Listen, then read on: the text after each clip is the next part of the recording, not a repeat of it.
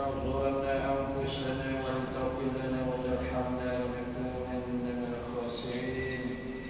ربنا آتنا في الدنيا حسنة وفي الآخرة حسنة وقنا عذاب النار. أما بعد, Alhamdulillah, kita sentiasa bersyukur kepada Allah Subhanahu Wa Taala di atas limpah rahmatnya dan nikmatnya kepada kita, terutama pada bulan Ramadan Al-Mubarak, di mana pada hari ini kita berada pada hari yang ke-19, malam ini malam yang ke-20, iaitu mari kita tadabbur beberapa ayat-ayat pilihan daripada dua surah, iaitu surah Al-Qasas dan surah Al-Ankabut.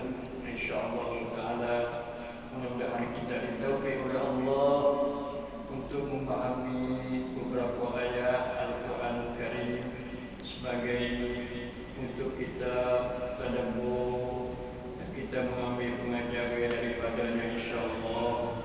Suratul Qasas, surah yang diturunkan di Mekah, ada sebanyak 88 ayat. Dari surah Qasas ini makna surah cerita-cerita, kisah-kisah, kerana banyak terkandung di dalamnya beberapa kisah, terutama kisah Nabi Musa dengan Fir'aun, dan juga kisah yang ada orang ibu itu macam ibu mak kepada Nabi Musa, Fir'aun, dan juga pokok dia, pemimpin-pemimpin yang berada di bawah Fir'aun. Perhati pada ayat yang keempat, Allah Ta'ala cerita tentang kemegahan Fir'aun dan kekerasannya dalam pemerintahan dia sebagai seorang raja di Mesir.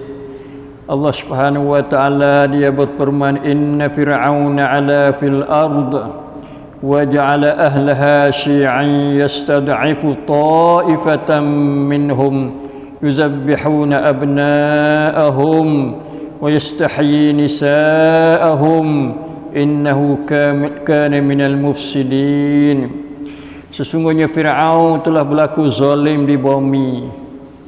Itu Allah Ta'ala cerita seorang raja yang zalim, yang memerintah di bumi Allah Subhanahu wa Ta'ala dengan melampaui batas, ala nak kedaiban, nak besar. Kemudian dia tu menjadikan penduduk ahlaha syi'an, penduduk atau orang-orang yang duduk di negeri Mesir itu syi'an, berpuak-puak. Dia bagi puak. Puak tu, puak ni di antaranya puak Bani Israel, satu golongan daripada rakyat di Mesir yang mana mereka itu sebaik-baik orang lah. Tapi dia tu membagi yastad'ifu ta'ifatan minhum, dia menindas, dia dilemah, dia dihina satu puak daripada mereka itu. Yuzabbihuna abna'ahum, dan mereka dan ia Fir'aun tu sembelih, membunuh anak-anak lelaki. Yuzabbih ni makna sembelih, bunuh cara sembelih. Allah na'udzubillahi min zalik.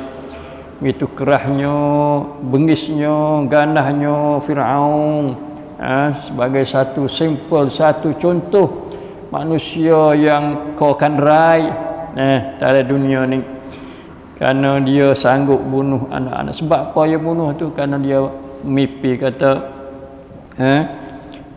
bila biar anak-anak lelaki ni beranak mari, membawa kepada dia tu akan jadi hina lah.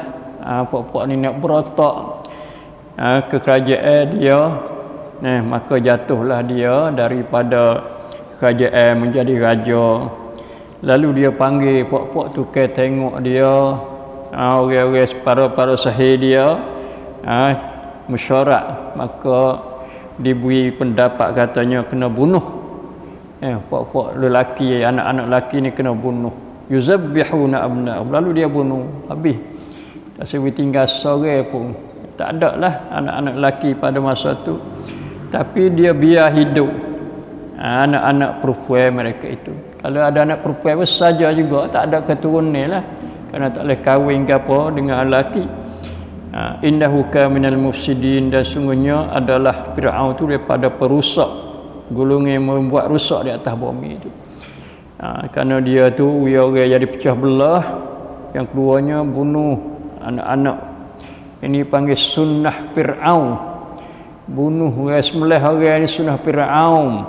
Kena ingat amalan kita baru ni di Perancis berlakunya seorang yang membunuh seorang yang berlaku berita dan peristiwa yang ngeri, membawa pada orang takut kerana dia bunuh seorang guru daripada bukan orang Islam. Dan orang bunuh ni katanya orang Islam, tapi kita nak ayat kata walau orang Islam, cara tindakan dia bunuh orang, sembelih orang itu adalah sunnah Firaun, sunnah Firaun, perjalanan Firaun, tiru Firaun. Na'udzubillah min zalik. Itu cara Firaun. Di sini 3 perkara. Satu, dia bagi penduduk Mesir itu kepada beberapa puak.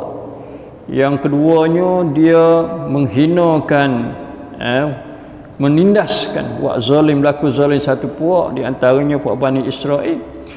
Yang tiganya, dia tu sembelih, bunuh anak-anak, budak-budak lelaki. Lepas tu dia biar supaya anak-anak perempuan itu hidup. Itu sunnah. Tapi ingat molek sunnah ni, Allah Ta'ala pun ada sunnah. Sunnah Tuhannya iaitu wa nuridu an namunna 'alal ladzina sud'ifu fil ard wa naj'alahum a'immatan wa naj'alahumul warithin. Dan kami nak berihsan, kami akan memberi nikmat, namunnu pertolongi 'alal ladzina sud'ifu, kepada kaum yang tertindas di negeri itu. Tuhan nak tolong. Nuridu maknanya sentiasa menolong. Kita ingat dengan PM Dharnik nuridu, kami akan sentiasa menolong, membantu orang-orang yang kena tindas, orang kena hina, kena buat nyanyi, kena buat zalim di muka bumi. Bumi itulah, tapi ini jadi sunnatullah. Setiap mana tumpuk bumi ada orang mustada'afin, dia kena tindas, maka Tuhan akan tolong. Sebagaimana Nabi kita Muhammad sallallahu alaihi wasallam, waktu dia bersama dengan sahabat-sahabat dia di Mekah, maka dia jadi mustada'afin. Mustada'afin, mana orang-orang kena tindas. Wazkuru iz antum qalilum mustada'afuna fil ard. Ingatlah kamu tu pada masa dulu bila sedikit, maka kamu jadi mustad'afin, jadi orang-orang kena tindas, kena buat nyanyi, kena buat zalim, kena hina. Itu ayat Nabi Muhammad sallallahu alaihi wasallam dan sahabat-sahabat dia. Hak ni Tuhan ayat ni dalam suratul Qasas ni, maknanya masa zaman Firaun. Tolong dengan caranya wa naj'alahum a'immah, kami hendak menjadikan mereka pemimpin-pemimpin. Tuhan janji Tuhan, dia tidak menyalahi janjinya. Janji Tuhan tidak silap. Janji Tuhan akan lulus oleh Allah Subhanahu wa taala. Wa naj'alumul warisin, dan kami akan menjadi mereka itu orang-orang mewarisi apa yang dimiliki oleh Firaun dan kaumnya. Nak katilah, kerana Firaun tak pakar, tak guna, jadi orang wasan jahat, orang yang zalim, maka Allah Ta'ala akan ganti. Itu dan lagi pula wa numakkil lahum fil ardi, dan kami hendak memberi mereka kedudukan kukuh di negeri itu. Itu no ayat. Katanya Tuhan janji banyak perkara lah. Satu, namunnu, kami akan beri nikmat, tolong. Yang kedua, wa naj'alahum a'immah, jadi pemimpin. Yang tiga, wa naj'alahum warisin, jadi pewaris. Timur saka daripada Firaun lah. Firaun dia saka gapo? Saka pemerintah dia, pemerintah negeri Mesir dia. Yang keempatnya, wa numakkin lahum fil ardi, kami nak memberi kedudukan yang kukuh di negeri itu. Maknanya boleh pemerintah cara baik. Wa nuri fir'auna wa hama wa junudahuma minhum ma kanu yahzarun, dan kami akan memberi Fir'aun dan Haman bersama mereka melihat berlakunya apa yang mereka bimbang dari gulungan yang tertindas itu. Itu janji Allah Subhanahu wa taala. Kita mari tengok ayat yang ketujuh. Allah Taala bawa kisah ayat kepada kita, beritahu bagaimana seorang ibu bila anak dia akan dibunuh, masuk dalam gulungan anak-anak lelaki yang akan dibunuh oleh Firaun pada tahun itu. Lalu Allah Taala tolong ibu Musa. Allah Taala berfirman, wa auhayna ila ummi Musa an ardi'ih. Kami ilham. Wahyu ni bukan wahyu kerana ibu Musa jadi nabi dak, bukan jadi rasul dak. Maknanya auha di sini wi ilham, capak dalam hati ibu Musa tu sesuatu yang baik, sesuatu yang tidak diberi kepada orang lain. An ardi'ih, susukanlah dia. Itu perintah supaya jangan duk tahu lah, jangan duk tahu, wi susu dulu. Tu. Lepas tu kalau rasa takut mari tentera Firaun mari tangkap atau mari ambil Musa tu, fa alqihi fil yam. Takut bahaya, maka letakkanlah dia dalam peti, kemudian lepaskan dia dalam laut. Tu. Suatu kejadian yang memberi perkara yang sangat duka cita kepada seorang ibu bila anak dia tu disuruh campak dalam laut. Campak dalam laut, tahu dalam laut lah, tapi bukan tahu biasa yang tahu gitu, tak buah dalam kotak, boleh peti tong, lepas tu nak hanyut. Itu Tuhan ajar, Tuhan wi ilham. Dia Tuhan ajar agak insya-Allah lah, tak wi bahaya, tak wi rusak kepada anak kepada Musa. Wala takhafi wala tahzani. Allah, masya-Allah. Seorang ibu bimbang juga, anak duduk dalam kotak, dalam tong, dalam peti, tak ada gapo, makan ni pun tak ada, menyusul lepas ada susu daripada ibu, lepas gitu dalam laut. Dia nak hanyut pergi ke mana, nak makan gapo, nak minum susu gapo, tak tahu. Maka Allah bimbang, takut ibu dia duka cita. Memanglah duka cita seorang ibu dengan anak ni nak pecah tak boleh. Kerana dia mengandung, dia dilahirkan dengan sebab dia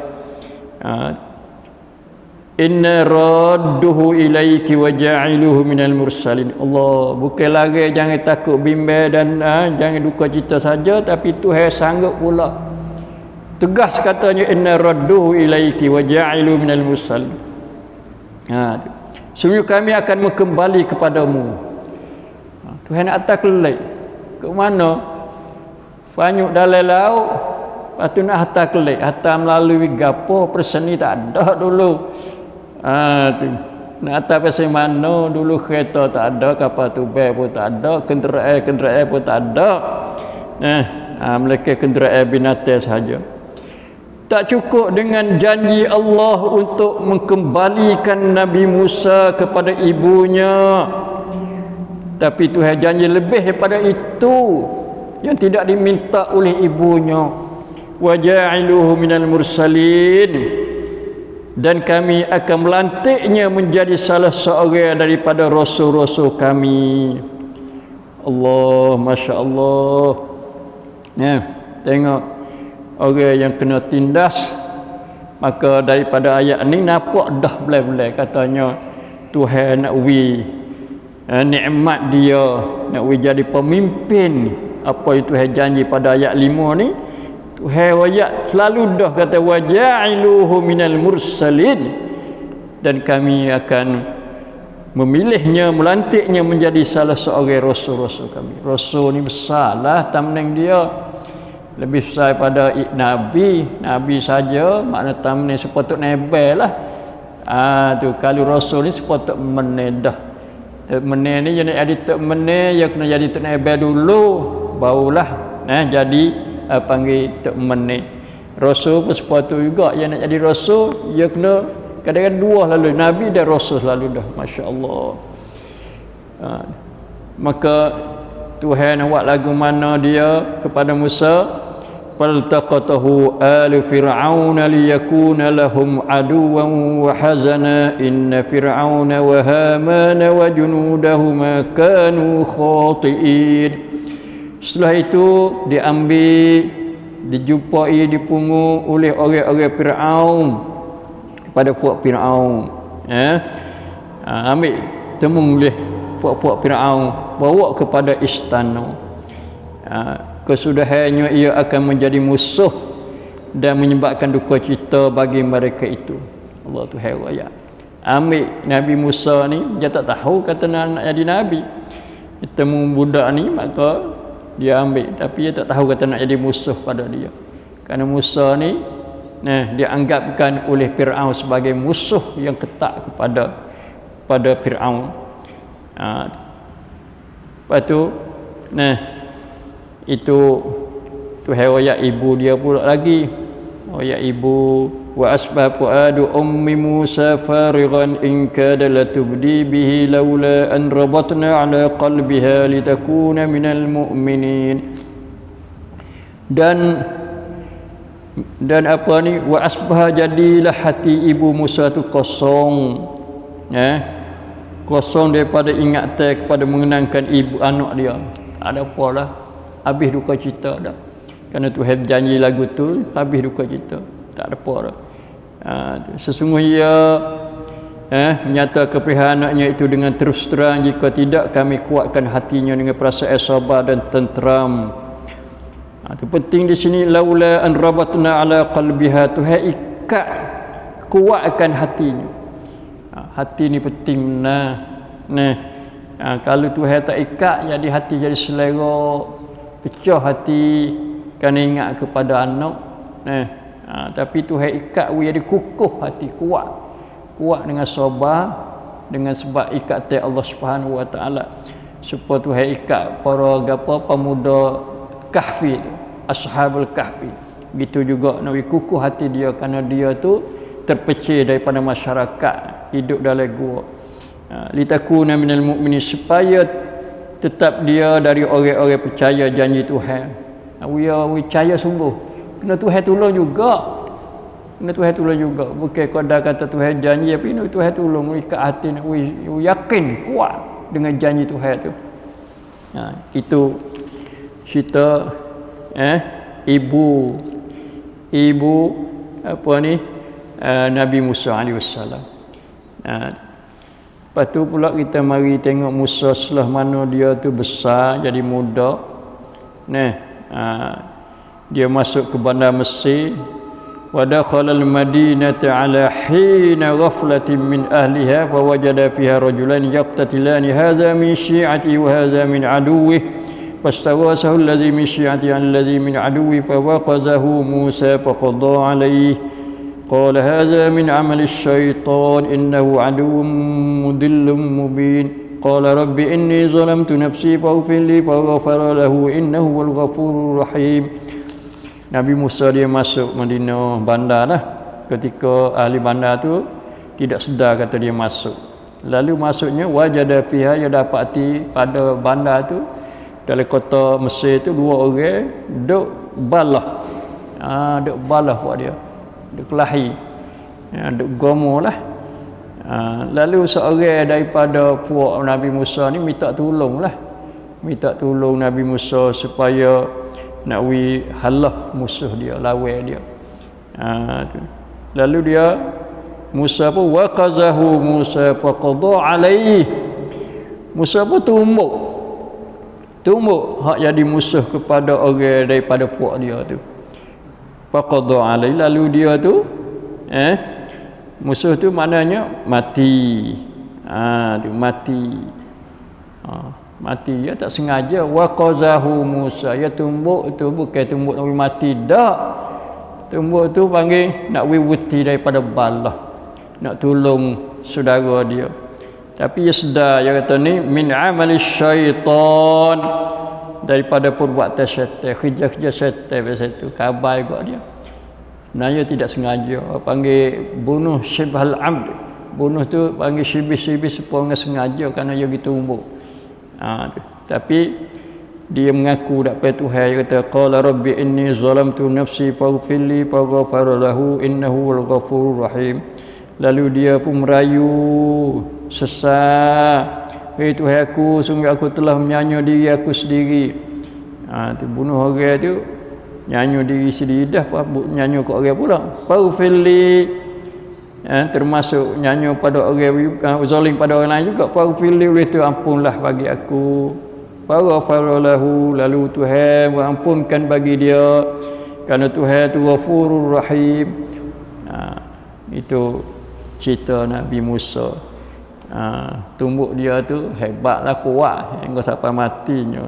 Allahu Akbar, masya-Allah. Lepas tu pak dia tu lebih bayar takut, pakak disindir, kata Musa, mari nak bunuh aku pula, mari kamu bunuh dah, dia kata. Tu. Kemudian kita mari pula kepada surah apa ni?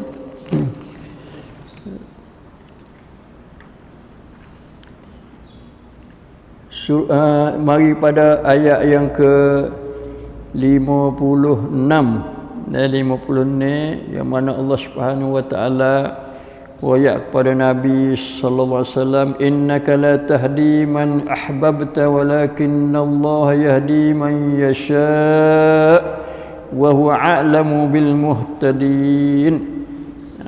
Sesungguhnya hai Muhammad, Allah kecek dengan Nabi Muhammad sebagai kekasih dia. Dia kata, hei Muhammad, tidak kuasa kamu nak memberi hidayah, petunjuk kepada siapa yang engkau kasih. Ini ada cerita waktu Abu Talib, dia nak mati, bapa saudara dia.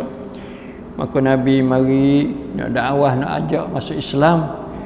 Lepas tu Abu Jahal pun mari, dia mari di kepala Abu Talib nak dakwah kepada agama dia. Tu. Lalu Nabi, ya am, hei bapa saudara aku, ucaplah la ilaha illallah. Tu. Lepas tu Abu Jahal dan puak dia kata, kamu jangan tinggal agama Abdul Muttalib kamu tu. Tu puak kamu tu. Dia tewas lagu tu lah. Jadi akhirnya Tuhan takwi hidayah kepada Abu Talib, maka dia mati di atas agama Abdul Muttalib. Maka Tuhan kata, innaka la tahdi man ahbabta, sungguhnya hai Muhammad, engkau tidak kuasa nak beri hidayah kepada orang yang engkau kasih. Jadi Abu Talib ni dikasihi oleh Nabi sallallahu alaihi wasallam, bapa saudara dia, walaupun kafir, kerana banyak jasa dia tahankan Nabi daripada perkara-perkara yang menyakiti oleh orang kafir Quraisy. Siapa nak bunuh Nabi, macam-macam buat penindasan, kezaliman terhadap Nabi sallallahu alaihi wasallam. Tapi walau kasih setara mana pun, kerana hidayah untuk pada seseorang, siapa dia tu boleh meluk Islam, maka itu hak Tuhan. Adapun hidayah kita ni tunjuk, ajar, wayak, hidayah irsyad dipanggil. Irsyad. Tunjuk jalan, kata ni jalan hak betul, jalan hak kena. Maka Tuhan wi hidayah, petunjuk untuk memeluk agama Islam dan menerima kebenaran. Itu dua hidayah dalam kita kena faham. Satu hidayah hak Tuhan, iaitu supaya manusia tu boleh sapa kepada kebenaran. Adapun kita ni hidayah juga, hidayah pasal dakwah, royak, tunjuk jalan. Wa huwa alamul muhtadin, Tuhan lah yang mengetahui akan orang-orang yang akan mendapat hidayah petunjuknya. Kita mari pula kepada kita tengok sikit orang yang Tuhan wi harta benda yang banyak. Tuhan ni masya-Allah. Kadang-kadang orang molek macam Musa, Tuhan tak wi kekayaan kepada dia. Dak wi pada Qarun. Tuhan tahu dah Qarun ni orang yang zalim, orang yang takabur, sombong dengan sebab kekayaan dia. Tapi dengan hikmat Tuhan, kehendak Allah Subhanahu wa taala, Nah, maka tu hewi kepada Qarun, inna Qarun kana min qaumi Musa fabagha alaihim, ayat 70 ni. Sesungguhnya Qarun adalah ia dari kaum Nabi Musa. Daripada kaum Nabi Musa juga, bukan orang jauh sangat. Nah, tapi fabagha alaihim, lalu dia sombong dan zalim terhadap mereka itu. Zalim dengan harta dia. Nah, lagu mana dia zalimnya dengan harta dia, iaitu Nabi ni sallallahu alaihi wasallam. Tujuannya dia nak royak kepada Nabi tu, hari Qarun ni nak royak pada Nabi, katanya orang-orang kafir Quraisy tu ada orang kaya tapi dia guna harta dia tu menetai lawan Nabi sallallahu alaihi wasallam.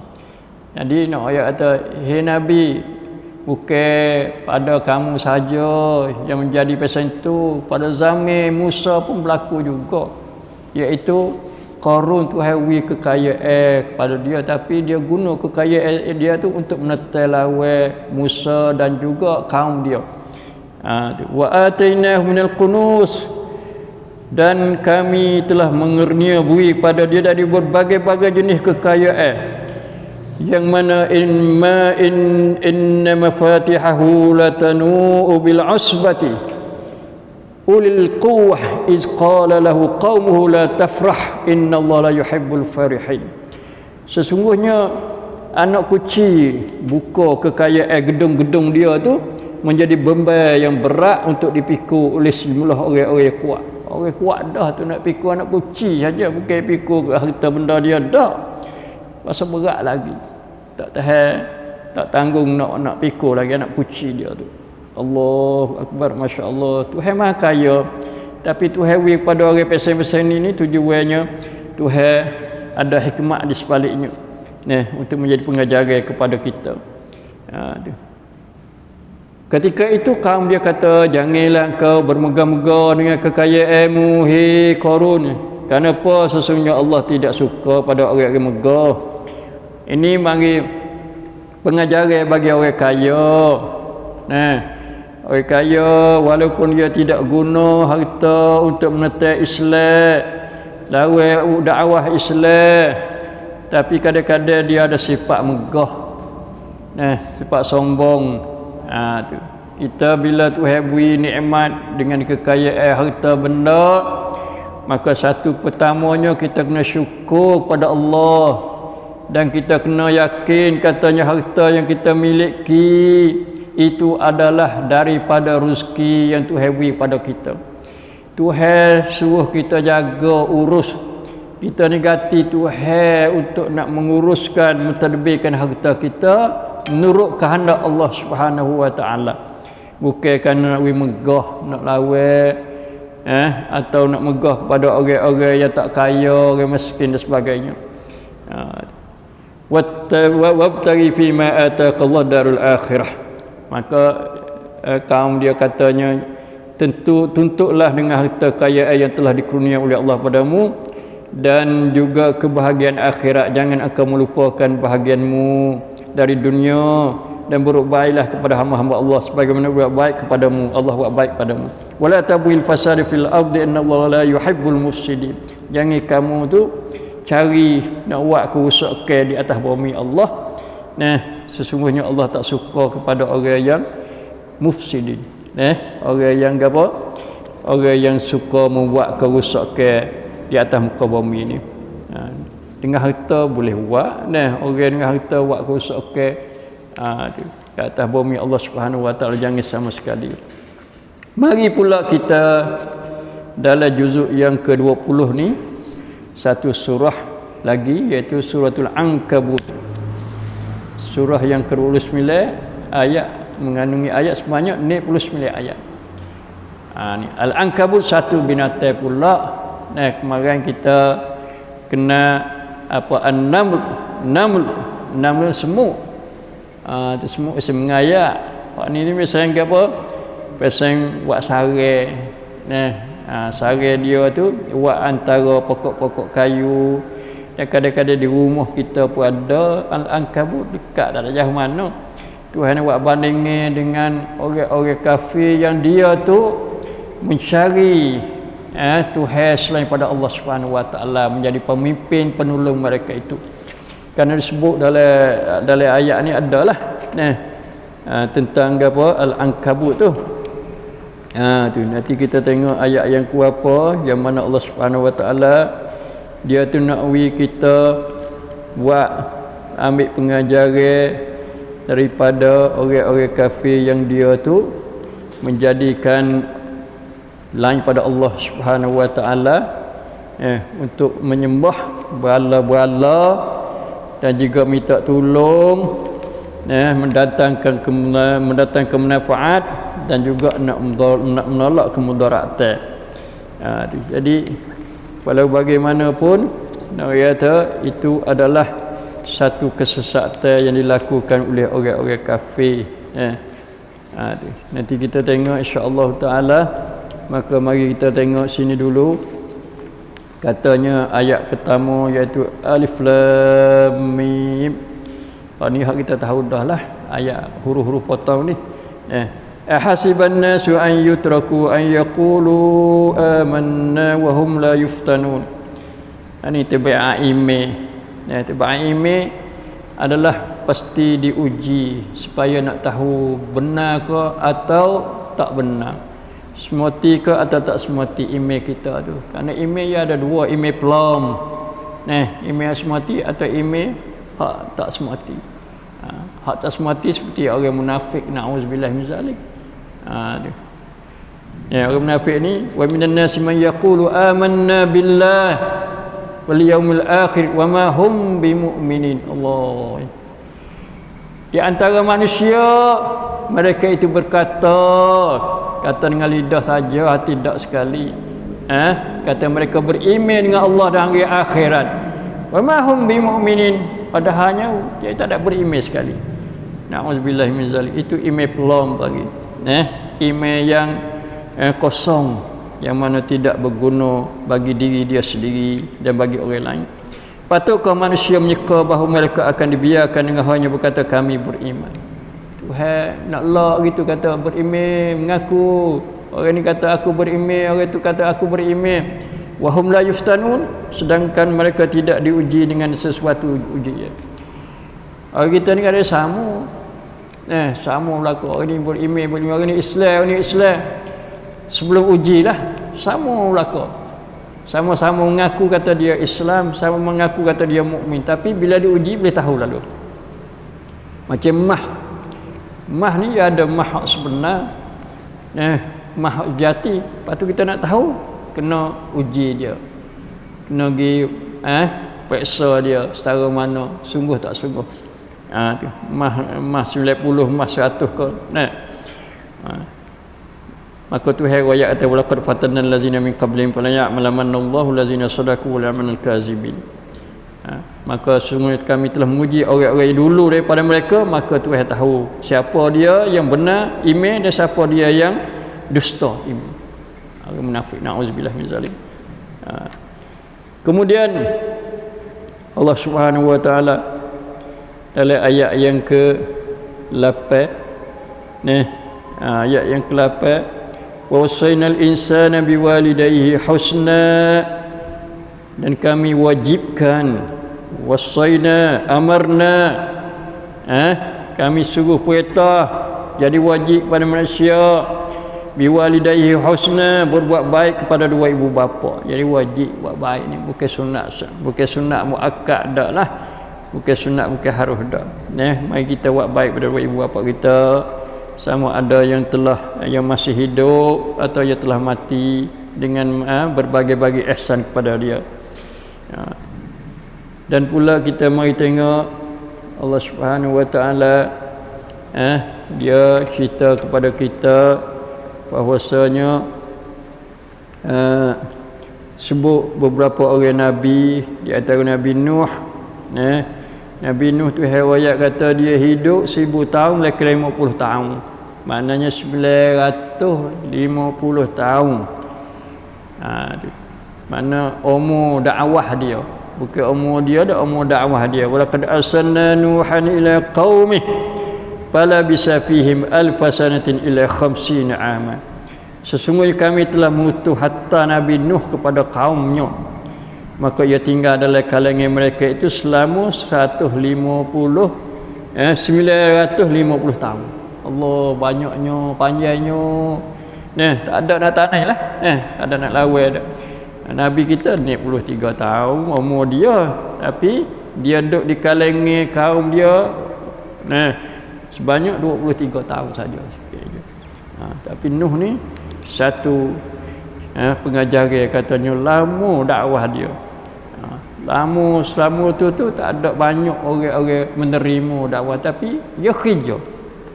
Pentingnya kerja. Kalau lama pun, kalau tak ramai pun, Tuhan buat kira di segi natijah dia kerja dia tu. Sungguh dia, sabar dia dalam menghadapi cabaran-cabaran daripada kaum dia. Lalu Tuhan royak kata fa akhazahumut tufanu wa hum zalimun. Allah binasakan dengan tufan sedang mereka berkeadaan zalim, kufur dan neraka. Wa anjayna wa ashabas safinati wa ja'alnaha ayatan lil alamin. Maka dengan sebab itu kami selamatkan dia dan pengikut-pengikutnya turut serta dalam bahtera tu. Selamat, safinatun najat panggil.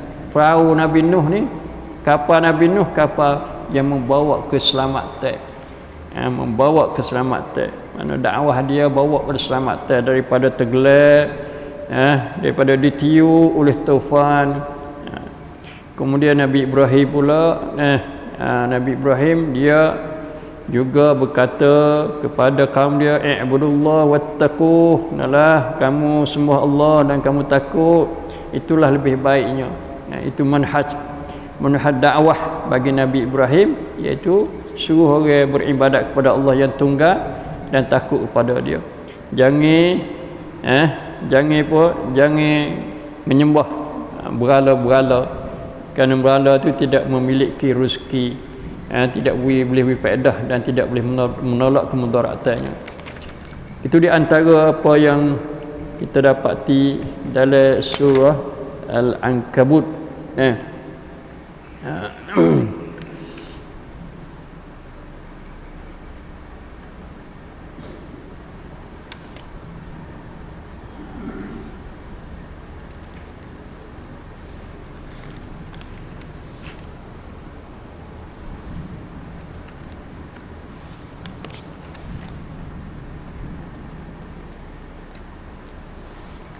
Kemudian Allah Subhanahu wa taala sebelum ayat akhir, pada ayat akhir disudahi dengan wallazina jahadu fina lanahdiyannahum subulana wa innallaha lama'al muhsinin.